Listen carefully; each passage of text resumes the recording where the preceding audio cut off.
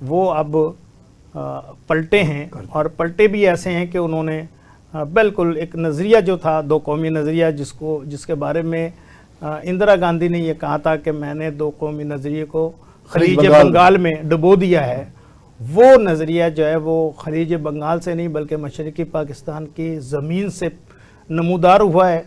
اور مجھے اس بات کی امید ہے کہ نہ صرف یہ کہ بنگلہ دیش بلکہ پورے خطے میں اس کے اثرات ضرور نظر آئیں گے. اوکے نعمان قیصر صاحب، آپ نے ضیاءالدین انصاری صاحب کی گفتگو سنی تو یہ تو بڑے پر امید ہیں کہ جماعت اسلامی بنگلہ دیش جیتنے جا رہی ہے اور جیت جائے گی. آپ کی اس پہ کیا ٹیک؟ دیکھیں، میں سب سے پہلے تو اپنی نیک تمناؤں کا اظہار کروں گا، یہ ذہن میں رکھتے ہوئے کہ جماعت اسلامی جس طرح بھی امیر نے انہوں نے ذکر کیا کہ ایسی جماعت ہے جس کے روٹس نہ صرف اس وقت کے مشرقی پاکستان اور آج کے بنگلہ دیش میں ہیں بلکہ پاکستان میں بھی ہیں، اور ان سب کا اوریجن ابو علام مودودی تک آتا ہے. تو یہ سمجھ لیں کہ جیسے 2 ونگز ہیں لیکن یہ 2 مختلف ملکوں کے اندر ہیں. پاکستان میں اگر اس ونگ کی ہم الیکٹورل پروگرس کی بات کریں تو کوئی خاطر خواہ نہیں رہی. ٹھیک ہے، ہم یہ کہتے ہیں کہ یونیورسٹیز کی حد تک جمعیت کا کنٹرول رہا، بڑے بڑے لیڈرز ادھر سے آئے، لیکن کوئی خاطر خواہ کامیابی سوائے کہ ایک کولیشن بنا کے کے پی میں جو سگین WFP ہوا کرتا تھا مولانا فضل الرحمان کے ساتھ مل کے، اس کے علاوہ ادروائز کہیں بھی حکومت لینے میں کامیاب نہیں ہوئی. اب اس کی وجہ کیا ہے؟ یہ تو ایک الگ کویشچن ہے، اس پہ لمبی ڈبیٹ ہو سکتی ہے. آج ہماری زیر بحث ہے جماعت اسلامی کا بنگلہ دیش کی سیاست میں کردار. تو ہم اگر بنگلہ دیش کی علیحدگی کے بعد کا ہم ٹائم پیریڈ دیکھیں تو عوامی لیگ اور BNP ان دونوں کے درمیان، جس طرح پاکستان میں پیپلز پارٹی اور مسلم لیگ نون کے درمیان میں رسا کشی رہی ہے، اسی طرح ان 2 جماعتوں کی رہی ہے، BNP اور عوامی لیگ. 90s میں BNP کی حکومت زیادہ رہی. خالدہ ضیاء جو ضیاء الرحمان صاحب ہیں، جو ان کے پریزیڈنٹ تھے پہلے، ان کی جو بیٹی ہیں انہوں نے حکومت کی. اور 2008 سے لے کے 2024 تک جب آپ کی ادھر ریولوشن آیا اس وقت عوامی لیگ نے حکومت کی. سو اس ساری بات بتانے کا مقصد یہ ہے کہ شاید یہ ابھی موقع ہے جماعت اسلامی کے پاس کہ اپنی جو ان کی تاریخ ہے جس میں وہ الیکٹورل پروسیس کا حصہ تو بنے لیکن کسی حکومت کا حصہ نہیں بن سکے، اس سے اچھا موقع میں نہیں سمجھتا کہ جماعت اسلامی کے لیے بنگلہ دیش میں ہو، بلکہ پاکستان اور بنگلہ دیش میں ملا کے جماعت کا اگر کہیں چانس بن رہا ہے وہ اب بن رہا ہے. اس کی وجہ یہ ہے کہ ایک بہت بڑا خلا پیدا ہو گیا 2024 کے بعد سے. آپ کی ایسی پارٹی جس نے 15 سال تک بالکل آئرن ہینڈ کے ساتھ حکومت کی، وہ الیکشن میں نہیں لڑ سکتی، اس کو آپ نے بین کر دیا ہے. تو یہ دیکھنے والا ایک تو سوال ہے کہ وہ جو لیفٹ لیننگ ووٹ تھا وہ کس کو ووٹ کریں گے.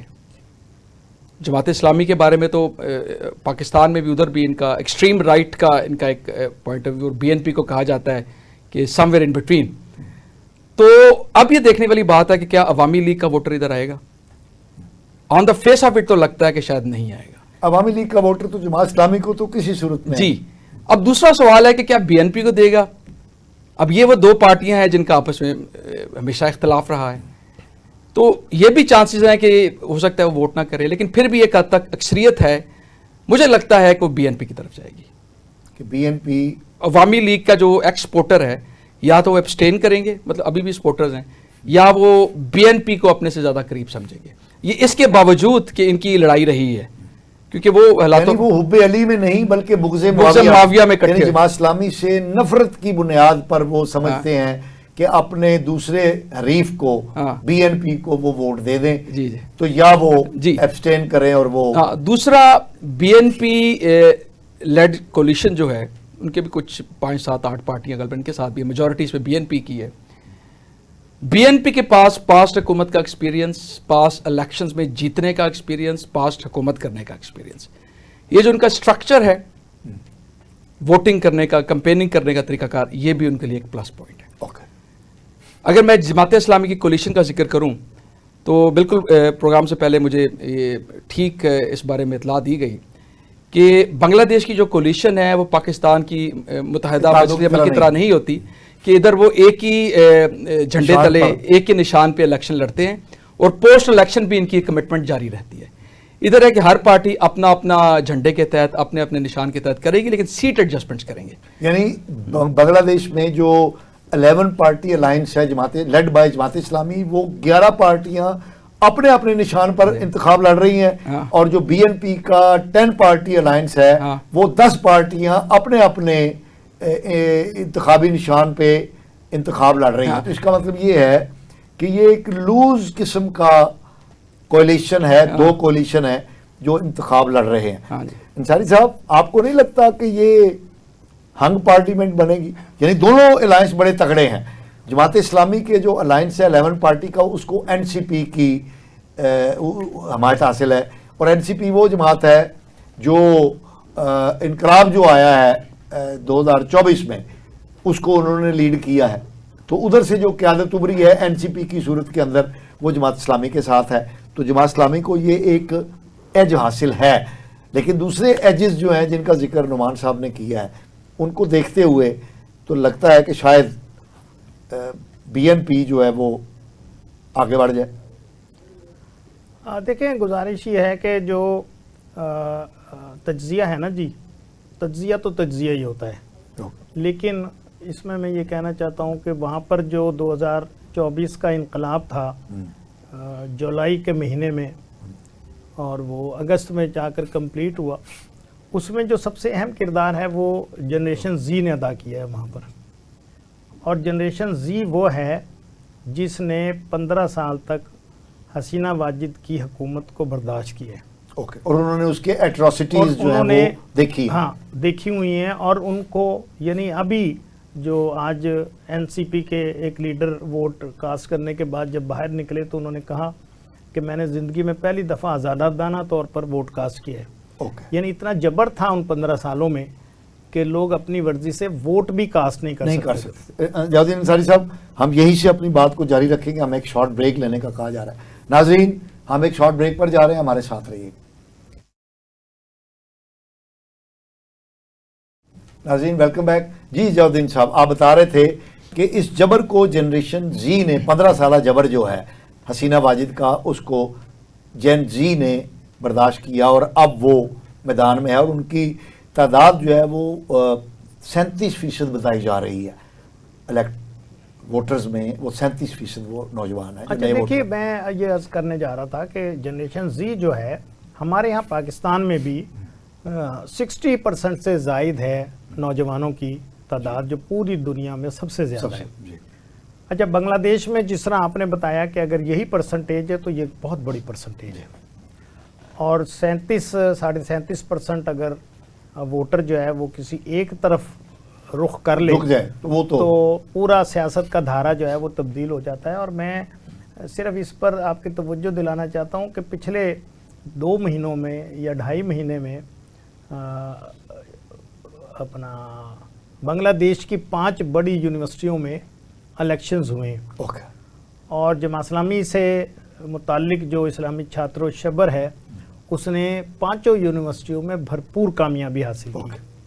ایک یونیورسٹی جہاں کا انتخاب نہیں ہونے دیا گیا، وہ بھی اسلامی چھاتر و شبر نے پھر بالآخر انتخاب وہاں پر. اچھا انصاری صاحب، آپ نے بڑی اچھی بات کہی، لیکن ہم یہ پاکستان میں بھی دیکھتے ہیں کہ یونیورسٹیوں پہ تو جمعیت جو ہے وہ بھرپور کامیابی لیتی رہی ہے. ایون ذوالفقار علی بھٹو کے دور کے اندر بھی جب پورے پاکستان پر پیپلز پارٹی کا قبضہ تھا، اس وقت بھی اسلامی جمعیت طلبہ تعلیمی اداروں میں چھائی ہوئی تھی، لیکن جماعت اسلامی آگے نہیں آ سکی. اچھا، میں اس میں بھی عرض کرتا ہوں، یہ خیر ہمارا موضوع تو نہیں ہے، لیکن 1984 میں جب طلبہ تنظیموں پر پابندی لگی، اس وقت جو آخری انتخابات دسمبر 1983 میں ہوئے تھے، اس وقت پنجاب بھر کے تعلیمی اداروں میں اسلامی جمعیت طلبہ نے کامیابی حاصل کی. جی ٹھیک ہے. اور مرحوم ضیاء الحق صاحب کی اس وقت حکومت تھی، اور انہوں نے اس خطرے کو بھانپتے ہوئے کہ یہ ایک جمہوریت کی نرسری ہے. ایک تو ڈکٹیٹر جو ہے نا، وہ تو ویسے ہی جمہوریت کے خلاف ہوتا ہے. ٹھیک ہے. لیکن مصیبت اور مشکل ہمارے اس ملک میں یہ ہے کہ ہمارے ہاں جو سیاستدان ہیں وہ بھی جمہوریت دشمن ہیں. اور جتنی بڑی پارٹیاں ہیں آپ ان میں دیکھ لیں، سیاستدانوں میں زیادہ تر تعداد وڈیروں کی، سرمایہ داروں کی، جاگیرداروں کی، خانوں کی یہ اس میں موجود ہوتی ہے، اور پارٹیوں کو انہوں نے کیپچر کیا ہوتا ہے۔ اپنی پارٹی میں بھی وہ انتخاب نہیں کرانے دیتے، اور جمہوریت کچھ جو اقدامات ہیں اس کو وہ مسلسل جاری رکھے ہوتے ہیں۔ ابھی دیکھیں، ابھی پنجاب میں بلدیاتی ادارے جو ہیں وہ حکومت ان کو الیکشن کرانے کے لیے تیار نہیں ہے۔ اسلام آباد میں بلدیاتی الیکشن شروع ہو گئے، نامینیشن فارم جمع ہو گئے، آخری تاریخ بھی گزر گئی، وفاقی کابینہ نے اس کو روک دیا۔ دوسرے صوبوں میں کے پی کے میں اور سندھ میں اور بلوچستان میں کوئٹہ کے علاوہ بلدیاتی ادارے موجود ہیں۔ یہ جمہوریت کی نرسریاں ہیں، لیکن ہمارے سیاستدان ان کو پنپنے نہیں دینا چاہتے اور ہر چیز اپنی مٹھی میں رکھنا چاہتے ہیں۔ بات بنگلہ دیش کی ہو رہی تھی، تو بنگلہ دیش میں بھی میں یہ سمجھتا ہوں کہ وہاں پر اگر جماعت اسلامی کے قدم آگے بڑھے ہیں تو وہ اس جنریشن زی کے ذریعے سے بڑھے ہیں، اور جماعت اسلامی کے ہزاروں لوگوں کو قید و بند کی صعوبتیں بھی برداشت کی، پھر آپ نے بتایا کہ پھانسیوں تک بھی پہنچے، لیکن جماعت اسلامی چونکہ ایک نظریاتی جماعت ہے اور ایک نظریہ ہے جس کے ساتھ وابستہ پاکستان کی جماعت اسلامی ہو، ہندوستان کی جماعت اسلامی ہو، بنگلہ دیش ہو، سری لنکا ہو، یا پوری دنیا میں جہاں پر بھی سید ابوالعلا مودودی رحمۃ اللہ علیہ کے جو افکار ہیں انہوں نے اسلام میں ایک نئی روح پھونکی ہے۔ یہ مذہبی فرقہ واریت سے نکل کر مسلکوں کی سیاست سے علیحدہ ہو کر یہ صورتحال جو جہاں پر بنگلہ دیش میں انہوں نے اپنی ان مشکلات کے بعد، اتنی قربانیاں دینے کے بعد اگر یہ مقام حاصل کیا ہے تو یہ کسی اسٹیبلشمنٹ کی مدد سے نہیں کیا، وہ عوامی تائید کے ساتھ وہ آگے بڑھے ہیں۔ ابھی جو بی این پی کا ہے نا جی معاملہ، بی این پی جو ہے وہ اس وقت تو دو ایک دوسرے کے مد مقابل پارٹیاں ہیں، اور اس کے علاوہ تیسری قوت جس کو آپ کہتے ہیں کہ عوامی لیگ کے جو بچے کچھے لوگ ہیں اور جو ان کے سپورٹر یا ان کے ووٹر ہیں، وہ یقیناً بی این پی جو ہے وہ ایک سیکولر جماعت ہے، اور یہ جو عوامی لیگ کے لوگ تھے یہ بھی یقیناً سیکولر جماعت تھی، تو یہ کبھی بھی کسی نظریاتی جماعت کے ساتھ ہم آہنگ ہو ہی نہیں سکتے۔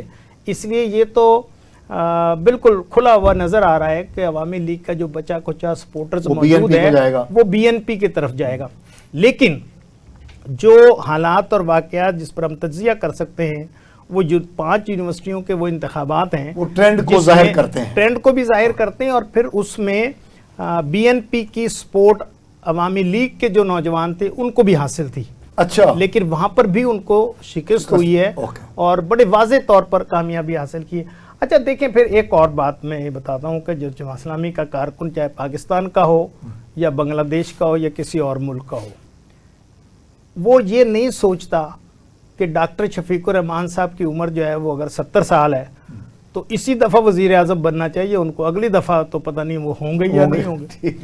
جس طرح ہمارے یہاں سوچ ہوتی ہے نا جی، میاں صاحب اگر اس دفعہ نہ بنے تو پھر اگلی دفعہ تو چانس نہیں ہے، یا عمران خان صاحب اگر اس دفعہ نہ بنے تو اگلی دفعہ تو 80 سال کے ہو جائیں گے۔ اچھا، جماعت اسلامی کی یہ سوچ ہے ہی نہیں، جماعت اسلامی کی فکر میں یہ شامل ہی نہیں ہے۔ سید ابوالعلا مودودی رحمۃ اللہ علیہ نے اس انداز میں تربیت کی ہے اپنے جو مقلدین تھے کہ وہ جماعت کو سر فہرست رکھیں، اگر اقتدار میں آئے گی، ہاں فرد کی بجائے جماعت اقتدار میں آئے گی، وہ اس کی قیادت حافظ نعیم الرحمان کرے، سراج الحق کرے، کوئی اور کرے، اس سے کوئی فرق نہیں پڑتا۔ نعمان قاصد صاحب، بین الاقوامی جو سیناریو ہے اس میں امریکہ، انڈیا اور اسرائیلی طاقتیں جو ہیں وہ تو اسلامی تشخص رکھنے والی کسی جماعت کو حکمران نہیں بننے دیں گی، چاہے وہ پاکستان ہو، چاہے وہ مصر ہو، چاہے وہ بنگلہ دیش ہو۔ اور انڈیا تو بری طرح شکست کھا گیا ہے، نہ صرف پاکستان سے بلکہ بنگلہ دیش میں بھی، جبکہ حسینہ واجد کو ان کے عوام نے اٹھا کے باہر پھینک دیا، تو یہ بنیادی طور پہ ہندوستان کی بنگلہ دیش میں شکست ہے۔ دوسری طرف امریکہ ہے، امریکہ تو کبھی پسند نہیں کرے گا کہ اسلامسٹ جو ہیں وہ کسی بھی جگہ پر حکومت میں آ سکیں، اس پر آپ کی کیا؟ جی بالکل، آپ کا تبصرہ بالکل بجا ہے۔ دیکھیں، جتنی عوامی لیگ کی جتنا عرصہ بھی 15-16 سال حکومت رہی ہے، اگر اب بھارت کی بات کریں تو تو اس دوران بھارت کا جو انفلوئنس ہے بنگلہ دیش میں وہ بڑھتا ہی چلا گیا.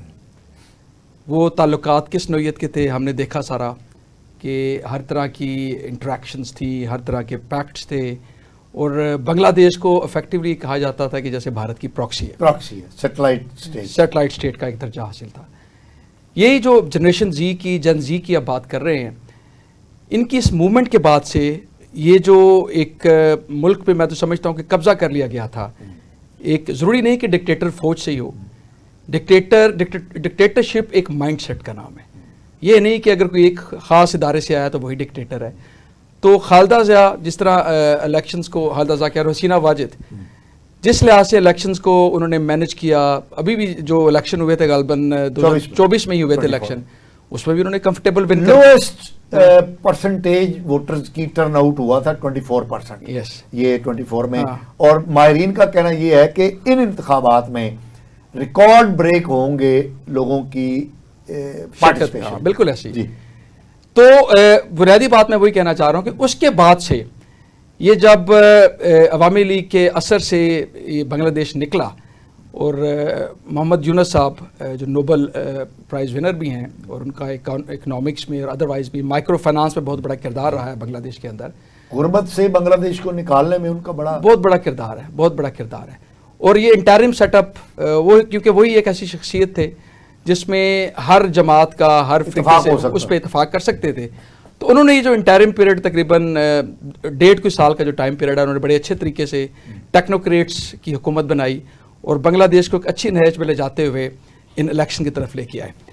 سو اب اس نئے جو ٹرینڈ آ رہا ہے, اب اس میں ہم دیکھ بھی رہے ہیں کہ کس طرح پاکستان کی بھی بات کر لیتے ہیں, پاکستان کا اثر بنگلہ دیش میں نمایاں ہو رہا ہے.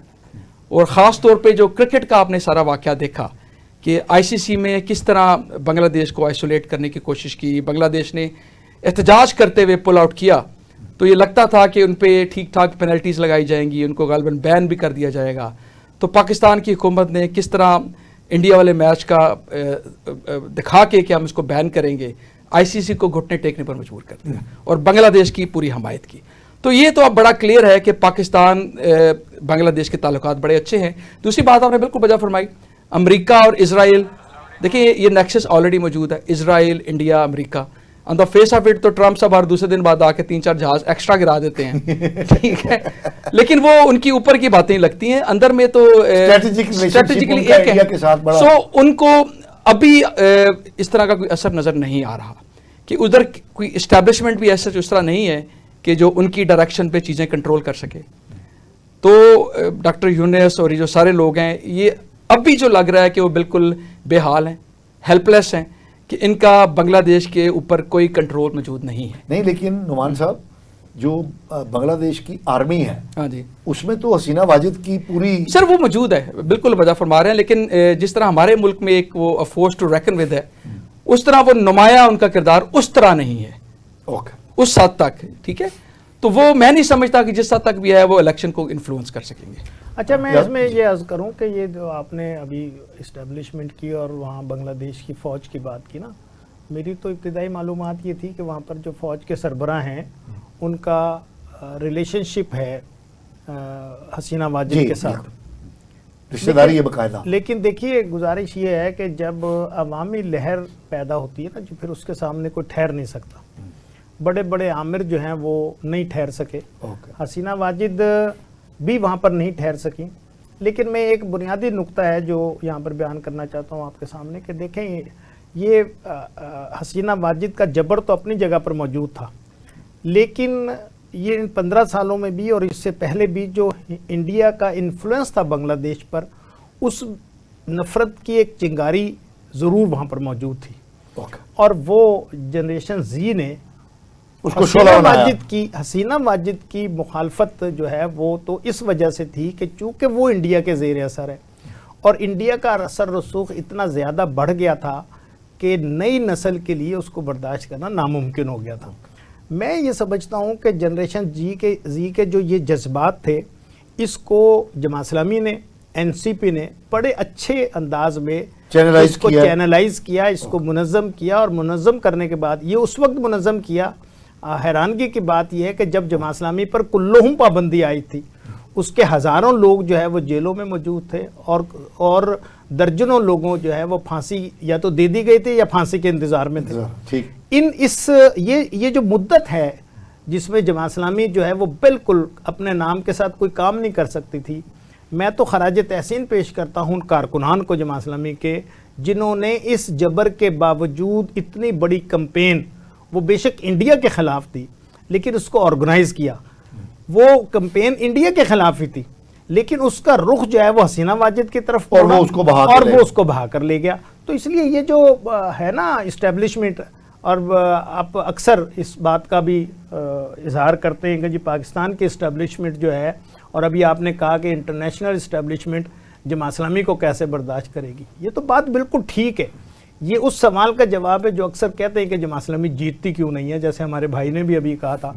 تو یہ جو تناظر ہے پولیٹکس کا پوری دنیا کا، وہ تو اپنی جگہ پر موجود ہے، لیکن اس کے باوجود بھی میں جماعت اسلامی کے کارکن ہونے کی حیثیت سے یہ بات کہتا ہوں کہ اگر عوامی لہر اٹھے تو پھر یہ لوکل اسٹیبلشمنٹ اور انٹرنیشنل اسٹیبلشمنٹ کے بس کی بات نہیں ہوتی کہ اس کو کنٹرول کر لے.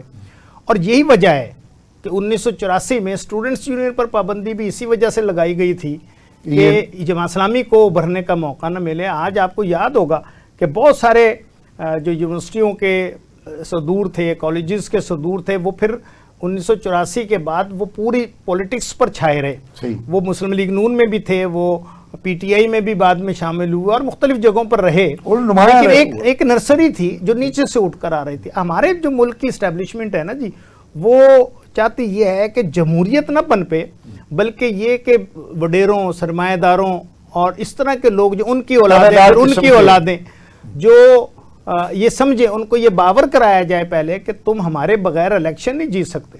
پہلے یہ باور کرایا جائے کہ تم فارم 45 کے مطابق ہار گئے ہو، یہ ہم نے تمہیں موقع دیا ہے فارم 47 کی بنیاد پر کامیاب کروایا. تو اس طرح کا جو کنٹرول ہے وہ ایک حد تک رہ سکتا ہے، لیکن اس کی مثال موجود ہے بنگلہ دیش میں کہ وہ جب لہر شروع آتی ہے تو پھر وہ ہر چیز کو بہا کر لے جاتی ہے. نعمان قیصر صاحب، 1 منٹ ہے آپ کے پاس، شارٹلی بتائیے کہ جو ضیاء الدین انصاری صاحب نے بتایا کہ ایک نفرت کی لہر جو تھی وہ اٹھی اور وہ حکمرانوں کو بہا کر لے گئی، اسٹیبلشمنٹ بھی لگی گئی، حکمران بھی لگے گئے. آپ کو کیا اس طرح کی سینونیمٹی، کچھ سملیرٹی پاکستان میں نظر آتی ہے؟ مختصراً 1 منٹ. سر دیکھیں، پچھلے 2-3 سال میں تو ہم نے دیکھ لیا ہے کہ جن زی کی تعداد ادھر زیادہ ہوگی بنگلہ دیش کے نسبت، لیکن ہمیں کوئی ابھرتی ہوئی اس طرح کی کوئی اسٹوڈنٹ موومنٹ، کوئی لائرز موومنٹ جس کی ایک مثال پہلے بھی موجود تھی، شاید اتنا ظلم و جبر کیا گیا ہے لوگوں کے اوپر کہ شاید وہ نکلنا نہیں چاہ رہے ہیں، نکلتے ہوئے ڈر رہے ہیں. لیکن اسی طرح اگر بنگلہ دیش میں دیکھا جائے، ادھر تو لوگ شہید کیے گئے، اسٹوڈنٹ لیڈر، ڈر خوف یعنی آپ کو لگتا ہے، لیکن مجھے لگتا ہے ڈر خوف کی وجہ سے مجھے نہیں لگتا کہ ان قریب ایسی کوئی ایسی چیز ہو. جناب ضیاء الدین انصاری صاحب، جناب نعمان قیصر صاحب، آپ کا بہت بہت شکریہ کہ آپ ہمارے پروگرام میں تشریف لائے اور ہمارے ناظرین کو اپنے خیالات عالیہ سے مستفید ہوا. ناظرین، جب یہ پروگرام نشر ہو رہا ہوگا آج، تو اس وقت تک ہمیں کچھ نتائج کی کلیئرٹی ہمارے سامنے آ چکی ہوگی، اور ہم دیکھتے ہیں امکان یہ ہے کہ جماعت اسلامی ان انتخابات میں ایک لیڈ کرتی ہوئی ہمیں نظر آئے گی. اگلے پروگرام تک کے لیے اپنے میزبان مصطفیٰ کمال پاشا کو اجازت دیجیے. پاکستان زندہ باد.